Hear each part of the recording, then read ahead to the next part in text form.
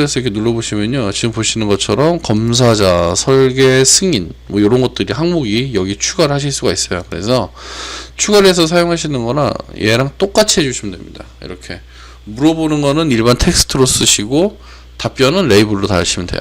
답변은 자, 이건 닫아버릴게요. 저장 안 하고. 자, 여기까지가 이제 기본적인 구조 평면에 대해서 도면화 하는 방법을 보여드렸고요. 자, 그럼 이제 그런 것도 있을 수 있지 않을까요? 예를 들어서 이 부분을 좀 상세 도면으로 끊어서 보고 싶다. 이 부분을, 이 부분만 상세 도면으로 좀 보고 싶다. 자, 그거 뭐 디테일 도면 한번 만들어 볼게요. 디테일 도면. 자, 이쪽 부분에 이제 작업을 좀 잠깐 해볼게요. 자, 잘못 눌렀고요. 자, 디테일이니까 요것도 어차피 건축에서 한번 다루는 내용이긴 한데 그래도 한번 좀 봐두시면 좀 많이 되시겠죠. 일단 1층 구조평면도로 먼저 이동을 하셔가지고 예를 들어서 요 부분이 내가 필요하다, 요 부분, 아니면 그냥 이쪽으로 볼게요. 엘리베이터 부분, 이쪽 부분이 좀 내가 필요하다 그럴 때는 어떻게 하시냐면 여기서 뭐 어떻게 하시는 게 아니라 얘를 그냥 바로 복제를 하시면 돼요. 필요하신 뷰를 복제를 하시는데, 그냥 복제를 하시면 태그를 다 띄고 가는 거고요. 상세 복제를 하시게 되면 여기 다 가져가시는 거죠. 그냥 복제를 하시는 게 맞겠죠. 왜냐면 치수 개입을 별도로 하실 수도 있기 때문에. 그 다음에 이름을 바꿔주시고 여기 이름 바꾸기 하신 다음에 뭐라고 쓰시냐면 뭐 이렇게 쓰실 수 있겠죠. 여기서 예를 들어서 뭐 엘리베이터 상세나 아니면 확대 평면도 뭐 이런 식으로 이름을 이렇게 적당히 주시고요. 그 다음에 어떻게 하시냐면 이쪽에 하단에 보시면요, 지금 여기 자르기 영역 표시가 지금 꺼져 있죠. 얘를 켜주시면 되겠죠. 요거 이렇게 켜주시면 영역이 표시가 되는데 요 영역을 줄여주시면 돼요. 이 영역을. 그런데 지금 이 영역이 지금 안 줄어들고 있는데 그 이유는 왜 그러냐면 아까 여기서 스코프 박스를 적용을 해놨기 때문에 지금 이쪽에도 스코프 박스가 적용이 되거든요. 그래서 다른 거는 하실 필요 없고 여기 있는 스코프 박스만 꺼버리시면 됩니다. 자, 제가 얘를 눌러서 없음 이렇게 하시게 되면 지금 보시는 것처럼 이렇게 칸이 스코프 박스가 나오죠. 근데 이제 주의하실 점이 뭐냐면 이거 스코프 박스 나왔다고 여기서 스코프 박스를 줄여버리시면 이쪽에서 작업했던 거에 영향이 가요. 그러니까 여기서 어떻게 하시냐, 자, 이 영역을 이렇게 선택을 하시면, 자, 얘를 선택하시면 안 되고 VV 들어가신 다음에 주소 카테고리에서요, 여기서는 스코프 박스를 꺼주셔야죠. 확대도를 하실 때는 여기 필요 없으니까 스코프 박스가.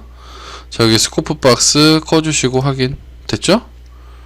그 다음에 자르기 영역 표시를 눌러주시면 이게 영역이 나옵니다. 좀 복잡하긴 한데 여기 지금 보시는 것처럼 영역이 나왔죠? 자, 그러면 이 영역을 선택을 해서 확대하고 싶은 부분을 이렇게 잘라주시면 되겠죠. 뷰를 이렇게. 그러니까 확대 평면도죠. 확대 평면도.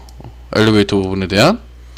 자, 이렇게 작성을 해주시고 그 다음에 이거 보이시죠? 영역 숨기기 눌러주시면 영역을 이렇게 숨기실 수가 있죠. 그러면 이쪽에 있는 그리드 선만 이렇게 빼서 조금 줄여야죠. 이렇게. 이거는 줄인다고 해서 영향을 받는 게 아닙니다. 왜 그러냐면 그리드를 선택을 했을 때 여기 지금 2D라고 들어가 있잖아요. 그럼 얘는 아무 영향이 없습니다. 이렇게 딱 줄여주시고, 자, 1층 바닥 구조 평면도에서 만약에 저런 디테일이 필요하다 그럴 때는 확대 평면도로 이렇게 끌고 들어오시면 되겠죠. 그래서 적당히 이렇게 배치를 딱 잡아주시면 이렇게 한 도면에서 평면도가 작성이 되고요. 그 다음에 여기 확대 평면도, 그러니까 아파트 같은 데 보시면 왜 코 확대 평면도 막 이렇게 해서 도면을 작성을 하시잖아요. 그 작업을 하실 때도 이렇게 간단하게 하실 수가 있다는 점이죠. 그리고 여기는 뭐 3D 뷰 같이 보실 수 있겠죠. 만약에 컬러로 출력되는 게 좀 부담스럽다 그러면 색상을 음영 처리로 바꿔주시면 되고요. 그 다음에 그림자도 넣어주시면 좋겠습니다. 그림자 이렇게 확실히 보이시죠 이제.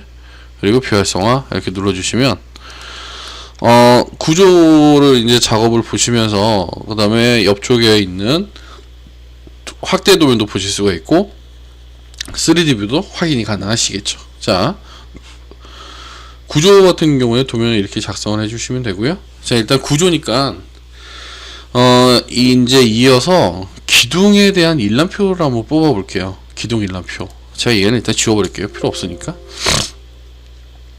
기둥 일람표를 뽑으실 때는 이쪽에 지금 여기 보시면 여기 일람표 및 수량이라고 보이시죠? 자, 더블 클릭해 보시면 지금 문 일람표 하나만 나오는데 여기서 마우스 오른쪽 버튼을 이렇게 눌러주시면 새 일람표 수량이라고 있죠? 자, 선택. 여기 항목에서 기둥이라고 그랬습니다. 여기 일람표 뽑으실 때 주의사항이 뭐냐면 일람표 뽑으실 때는 한 번에 한 개라고 보시면 돼요. 한 번에 한 가지. 한 번에 한 가지.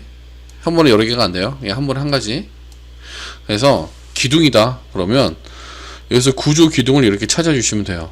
구조 기둥을. 그리고 이름도 여기 구조 기둥 일람표라고 넣어 주셔야 되겠죠. 그리고 확인 눌러 주시면 되고요. 자, 필드 같은 경우에는 이제 여기서 어떤 거를 집어넣을지 결정을 하시게 되는데 일반적으로 구조 기둥에서는 제일 처음에 들어가는 게 기둥에 이름이 들어가야 되잖아요. 그쵸? 기둥에 이름이 들어가야 되니까 패밀리 및 유형이라는 게 제일 처음에 들어가는 게 맞겠죠. 아무래도. 그 다음에 이제 재료 같은 게 들어가주면 좋겠죠. 이거 뭘로 만들었는지 구조 재료에 대한 항목, 그리고 아무래도 개수에 대한 것도 들어가 주시면 좀 좋겠죠. 뭐 길이, 단가 뭐 이런 것도 있겠지만 그 다음에 보셔야 될 게 최적, 그러니까 볼륨 값이죠. 이렇게 이런 식으로. 자, 그러니까 항목은 사실 여러분들이 필요한 항목을 골라서 집어넣으시면 되시는데 굳이 많은 항목을 잡으실 필요는 없습니다. 자, 해서 확인을 눌러주시기 전에 만약에 위치를 좀 바꿔야 되겠다 그럴 때는 개수가 아래로 간다 그러면 선택을 하시고 여기 아래로 이동 눌러주시면 여기 아래로 빠지죠. 재료, 최적, 재료도 필요 없을 것 같긴 한데 자, 일단 확인할게요. 자, 확인을 눌러주시면 지금 보시는 것처럼 구조 기둥도 이렇게 싹 만들어지죠. 이런 식으로 패밀리 및 유형 해가지고 지금 싹 지금 나오고 있죠. 종류가 엄청나죠. 자, 일람표를 보실 때는 지금 이렇게 보시면 참 좋긴 하지만 실제로 이 데이터를 그대로 쓰지는 못하거든요. 왜냐하면 이제 같은 애들끼리는 좀 묶어야 보기가 좀 많이 편하기 때문에 얘를 이제 묶는 작업과 그 다음에 정리하는 작업을 같이 한번 해볼게요. 지금 얘가 이제 한쪽으로 정렬이 이렇게 되어 있는데 자, 이쪽을 이렇게 엑셀처럼 동시에 4칸을 다 선택을 해주시면 이쪽 그 위치에 대한 정렬 부분은 여기서 진행을 하시면 돼요. 수평 정렬이라고 되어 있는데 얘는 중심, 그 다음에 수직도 가운데로 잡아주시면 되겠죠. 그러면 칸의 사이즈가 얼마건 간에 딱 중심을 맞추겠죠. 그리고 여기 패밀리 및 유형이라고 되어 있으면 좀 이름이 그렇잖아요. 그래서 얘는 그냥 이름이라고 이렇게 써주시면 되겠죠. 수정을 하셔가지고요. 이름 이렇게 써주시면 되고, 그 다음에 구조 재료 놔둘게요. 최저 값은 뭐 볼륨 하신 다음에 메타의 세제곱 넣으시면 되겠죠. 여기 단위가 들어가나? 아무튼 그리고 이쪽 보면 개수라고 되어 있는데 뭐 개수는 그대로 쓸게요. 그리고 칸을 적당히 좀 줄여 주시는 게 좋습니다. 여기서 줄여주는 대로 어차피 로드가 되기 때문에 적당히 좀 줄여주시고, 자, 이제 이 항목을 정리를 좀 해볼게요. 너무 복잡하죠? 자, 정리를 하실 때는 어디로 가셔야 되냐면 여기 정렬 그룹화로 이동을 해주시면 돼요. 정렬 그룹화. 자, 정렬 그룹화에서 편집을 눌러보시면 좀 뭐가 많죠? 자, 이제 여기서 하나씩 한번 해볼게요. 일단 기본적으로 첫 번째 정렬 기준은 이름 순서로 가시는 게 편하시잖아요. 그래서 패밀리 및 유형을 선택을 이렇게 해주시면 되고요.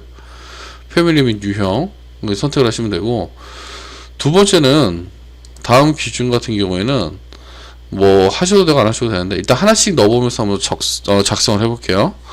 자, 첫 번째 기준에서 패밀리 및 유형이라고 하시고 확인을 딱 눌러보시면 이렇게 이름 순서대로 이제 정리가 되는 게 보이시죠. 그런데 같은 부재가 이렇게 많이 있으면 여러분들이 보시기 좀 많이 헷갈리지 않으시나요? 그죠? 그래서 이쪽에 보시면 모든 인스턴스 항목화라는 게 있는데, 이거는 같은 이름도 나열을 하겠다라는 거거든요. 얘를 체크를 딱 풀어주시면 같은 애들끼리는 서로 묶어버립니다. 같은 애들끼리는 이런 식으로 간단하게 딱 묶였죠. 굉장히 보기 편한데, 그 대신에 묶이면서 볼륨 값도 같이 묶여버려가지고 이게 대체 얼마인지 알 수가 없잖아요, 값을.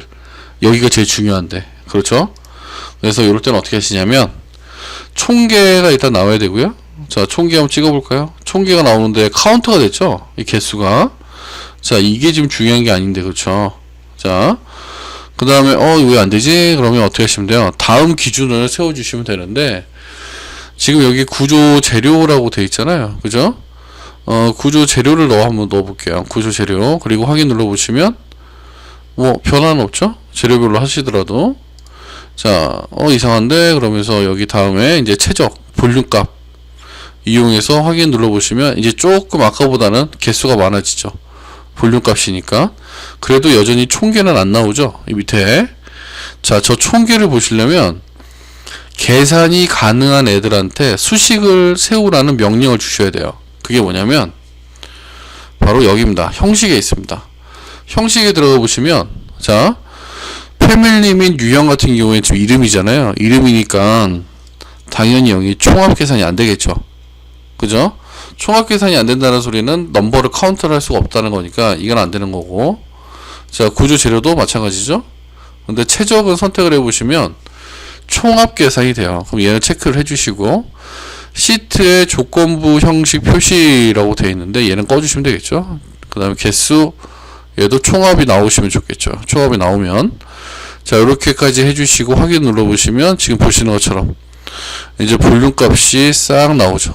이렇게 됐죠? 자, 볼륨 값이 나오는데, 지금 여기 보시면 콘크리트 기둥이 SC1에 그 다음에 뭐 베이스 뭐라고 되어 있는데, 콘크리트 현양식이라는 재질로 되어 있거든요. 나 이거 아니다 그러면 여기서 이름을 선택을 해서 여기 변경하신 다음에 재질을, 만들어 놓은 재질을 이렇게 선택을 하시면 되겠죠. 만들어 놓으신 재질을 이렇게 선택을 해주시고 완료해 주시면 곧바로 재질이 변경이 됩니다. 자, 뭐 이렇게 보시는 건 다 좋은데, 얘랑 재료 엄연히 다른데 이게 지금 같이 묶이면 안 되잖아요, 그죠? 자, 그럴 땐 어떻게 하시냐면, 자, 여기 볼륨 최적이죠? 최적값에서 여기 밑에 보시면 바닥글이라고 있어요. 바닥글을 선택을 해주시면 제목, 개수 및 합계라고 되어 있죠. 옆에 빈선 한번 제가 체크해 볼게요. 자, 확인 눌러보면 이런 식으로 이제 각 재질별로 이제 보실 수가 있는 거죠. 얼마 몇 개가 나오고 재질이 얼마고, 이런 식으로 해서 요 부분 같은 경우에는 여러분들이 이제 실제 적용을 한번 해보시면 되세요. 적용을 하시면서 어떻게 되나 이제 이렇게 한 번씩 눌러보시면서 적용을 해보셔야 여러분이 도움이 됩니다. 지금 보시면 최적에서 제가 체크를 딱 해버리니까 어떻게 돼요? 같은 애들끼리만 최적이 나오잖아요. 그렇죠? 다른 애들은 아예 안 나오고, 그죠? 그러면 이럴 때는 바닥글을 만약에 구조 재료로 바꾼다 그러면 지금 보시는 것처럼 이제 재료끼리 묶어버리죠. 대신에 같은 재료에 이제 총계가 나오죠. 소계가 이렇게 나오고, 이제 총합 물량이 여기 따로 나오는 거고. 근데 이럴 때는 이제 총계를 보시면 안 되겠죠. 이럴 때는, 그죠? 이럴 때는 해서 요렇게 계산하시는 게 가능합니다. 그래서 일람표를 이렇게 작성이 다 끝나고 나면 얘는 그냥 단순히 일람표로 끝나는 게 아니고요. 여러분들 아까 시트 작업 하셨잖아요, 그죠? 여기 시트에다가 이 구조기둥 일람표를 이렇게 가지고 들어올 수가 있어요. 이런 식으로, 이렇게 들어왔죠? 자, 가지고 들어오신 일람표는 사이즈를 이렇게 맞추셔가지고 지금 보시는 것처럼 이렇게 값을 쭉쭉 빼셔가지고 이렇게 이름을 이렇게 정렬을 시키실 수가 있죠. 이렇게 이름을, 자, 저렇게 정렬을 할게요. 좀 이렇게 쭉 맞출 수가 있고요. 다 된 일람표는 이렇게 적당히 배치를 이렇게 하실 수가 있습니다. 이런 식으로. 그러면 한 장의 도면에서 이제 일람표도 보실 수가 있고, 그 다음에 3D 뷰도 보실 수가 있고, 그리고 여기 평면도 보실 수가 있죠.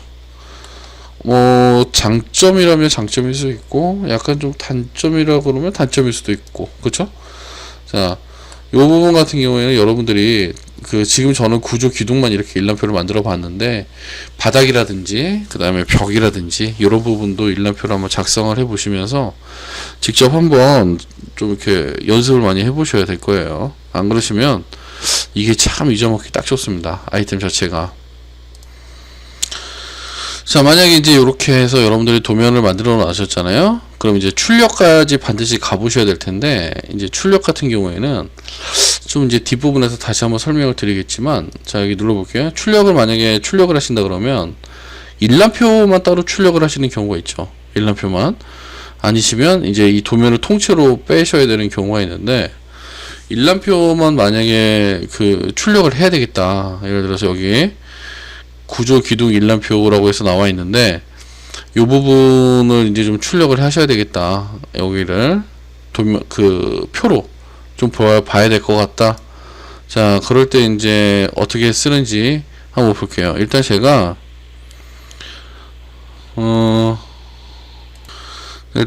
엑셀을 하나를 지금 열어놨거든요, 빈 창을. 자, 이제 얘를 엑셀로 어떻게 빼는지 보여드릴게요.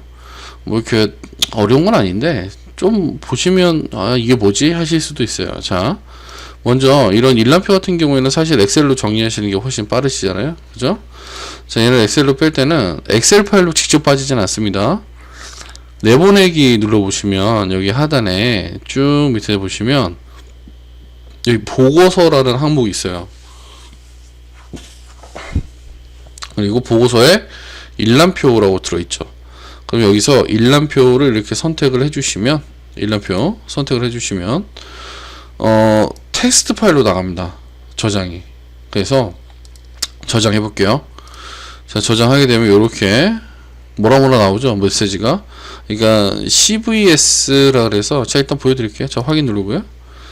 자, 저장이 되면, 자, 가지고 오실 때는 어떻게 가지고 오시냐면 엑셀에서, 자, 일단 저장된 파일을 좀 열고요. 바탕화면에 새 폴더에 저장되어 있는 일람표를 열어주시면 지금 보시는 것처럼 좀 희한한 모양으로 나오죠, 표가.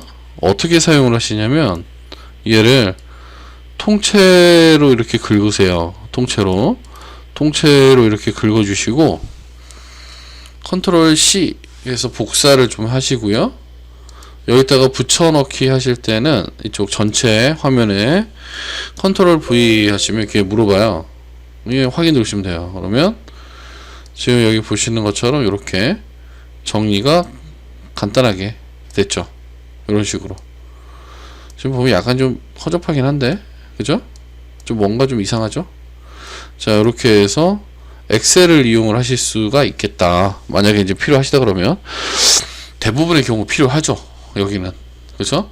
왜냐면 수량이라는 항목, 그러니까 물량이라는 부분 때문에 레빗에서 나오는 결과물의 대부분은 일람표를 뽑는 과정을 거쳐서 실제로 이제 물량에 어떻게 차이가 있는지 확인을 하시게 되고, 그 다음에 만약에 물량이 차이가 크다 그러면 어떤 형태로 모델링을 해야지 이 물량의 갭을 줄일 수가 있는지에 대해서 되게 많이들 연구를 하고 계세요, 지금들.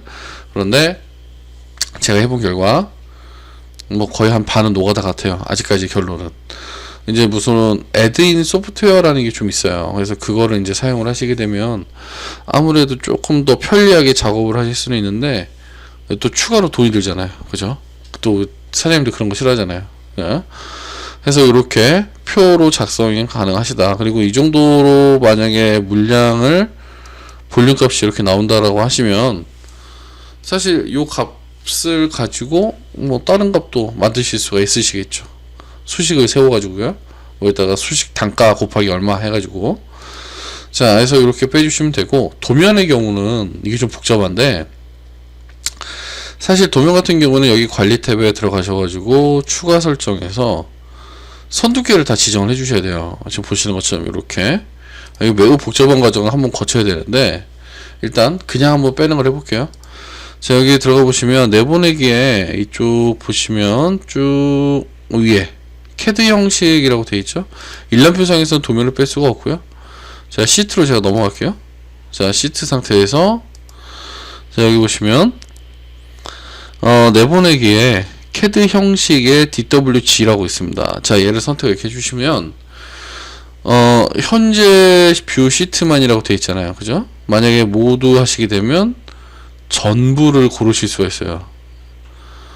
세트의 뷰 이렇게 잠시만요. 세트 뷰 해서 모델 뷰 맞네요. 모델 뷰라고 하셔야 되겠구나. 자, 모델 뷰 하시게 되면 전체 모델을 도면으로 빼실 수도 있어요. 이렇게 선택하셔가지고. 근데 굳이 뭐 그럴 필요까지는 없고, 자, 여기서 세트의 시트 하시게 되면 현재 뷰 요게 이제 잡히겠죠.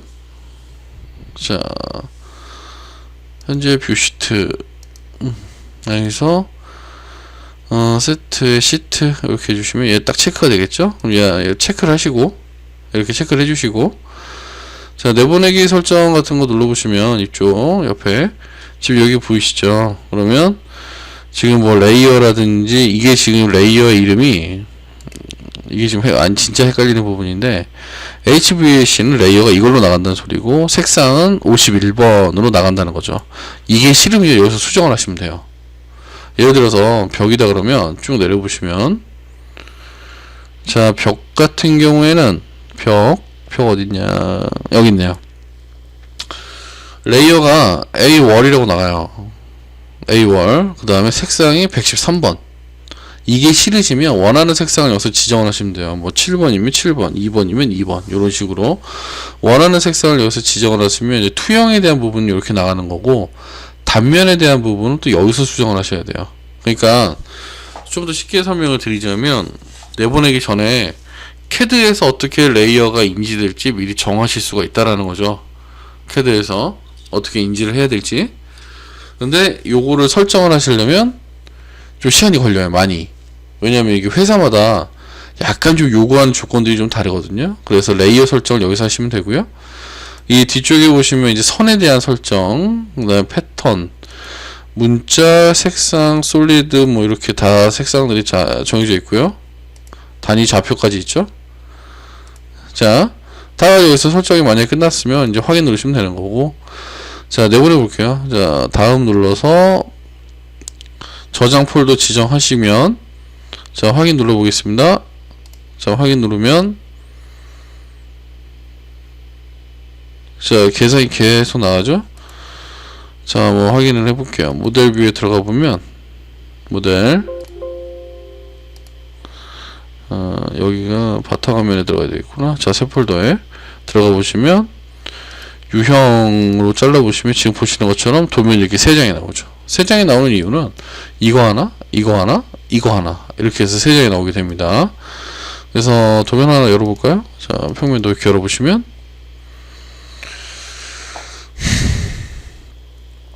아이고야, 이거 까딱 하면 도면, 이거 동영상 60기 넘어갈 것 같은데요. 그쵸? 이제 지금 도면한데 렌더링도 아직 안 했는데 참 큰일이네요. 자, 사이즈를 제가 좀 줄여서 보시면 이렇게 이렇게 날아가요, 도면이. 그 얘네들은 모델 영역에 들어가도 도면은 없습니다. 모델 영역에 들어가도 도면이 이렇게 없고, 도면 있죠? 모델 영역에 도면 있는데, 지금 보시면 XREF라 그래가지고요, 그 외부 참조 형태로 도면이 들어옵니다. 이런 식으로, 요렇게. 그래서 이 도면을 편집을 하시려면 이제 뭐 깨야 되겠죠. 깨서 작업을 하시면 되겠죠. 그래서 작업을 하실 때 이런 형태로 작업이 진행이 된다 라고 이해를 하시면 될 것 같고요. 다음 강좌 때는 이제 건축에서 중첩되는 부분은 빼고 이제 룸 태그라든지 이런 거 정리하는 거 보여드리고요. 그 다음에 이제 좀 렌더링이라든지 기타 이제 빼먹었던 부분들에 대해서 좀 진행을 하도록 하겠습니다. 자, 오늘 수고하셨습니다.